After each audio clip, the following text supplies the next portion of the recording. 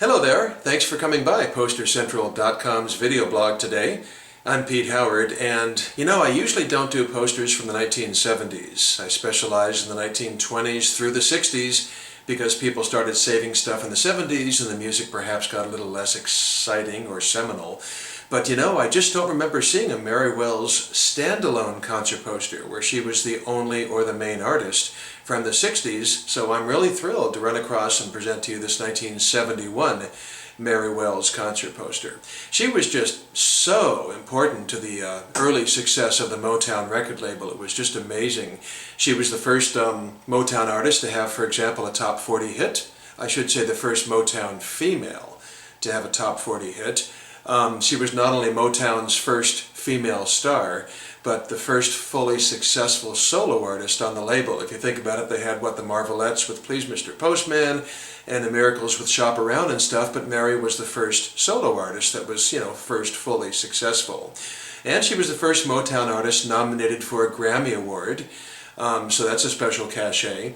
And for the year of 1964, the entire year, her huge, important record, My Guy, was #1 R&B record for the entire year, not to mention, of course, #1 at the time it was out in its own right. So, and how's this for another feather in her cap? In that year, 1964, probably based largely on My Guy, the Beatles singled out Mary Wells as their favorite American singer.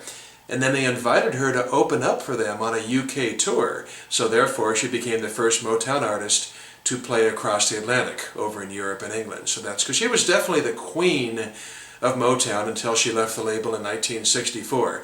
And that's too bad because she left over a contractual dispute, royalties and things like that. And in retrospect, boy, it was a suicidal career move, I guess you'd call it. She barely made any noise after leaving Motown. But here, with this poster, we've got a classic 14 by 22 Tillman.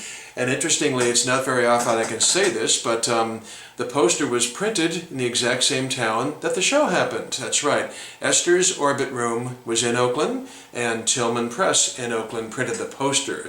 So that's kind of fun. Esther's was on 7th Street in Oakland. And you can see from the venue information up there, after Esther's Orbit Room, just sounds like the kind of place you'd love to visit and listen to music. It sounds so fun. It says Saturday, March 13th. No year needed, of course, but as I said, it's 71. And it's a typical split fountain poster from Tillman, where you might notice it go, how could you not notice, from red print at the top, and it starts to morph like at the bottom of the letters and the date, and on that line it morphs into black for Mary Wells' name, and then this you might not notice, it does morph into dark blue for the bottom of the poster, and her review, for example, is entirely in dark blue. So that's definitely the split fountain effect.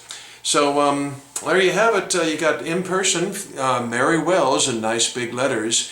And then below that, yes, you do have the clunker, I'm afraid. As I can move in a little bit on it, it does say Jubilee Recording Artist instead of Motown. That's that's a bit unfortunate. Obviously, you'd love to have the Motown record label on there, and she didn't really release anything of any note on Jubilee. As I said, not really after she left Motown, kind of. But then you have the poster's saving grace, and the thing I love about it, you've got 4 killer song titles, which is totally associated with Mary Wells, and no filler whatsoever. So I'm telling you, this gal really wanted to sell tickets, not just plug some recent 45, because, they weren't selling anyway. Or, I was thinking it's possible that Esther's the one who insisted on, just like million-selling singles, please, on the poster so I can fill my room. This looks like a tour blank, and maybe it was a tour blank, where this changed city to city, but it's also quite possible, since Esther, the Orbit Room, and Tillman were all right there in Oakland, that this was just run off for one gig. I don't know, it's pure speculation. I don't know if there's any way to find that out. So, anyway, with the song titles under Jubilee there, as you can see, you've got the killer, My Guy, the monster on there, #1 pop, not just R&B, but pop, in the spring of 1964, when she had a little bit of competition on the charts, wouldn't you say? Spring of 64, yeah, her friends from Liverpool.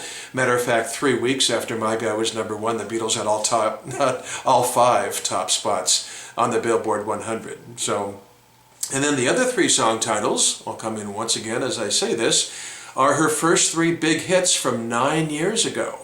And not only were they R&B smashes, they were all top 10 pop hits. So very strong song titles. That would be, of course, The One Who Really Loves You, You Beat Me to the Punch, and Two Lovers. And by the way, it's worth noting that all 4 of the songs on this poster were written and produced by the wonderfully sublime Smokey Robinson of Motown.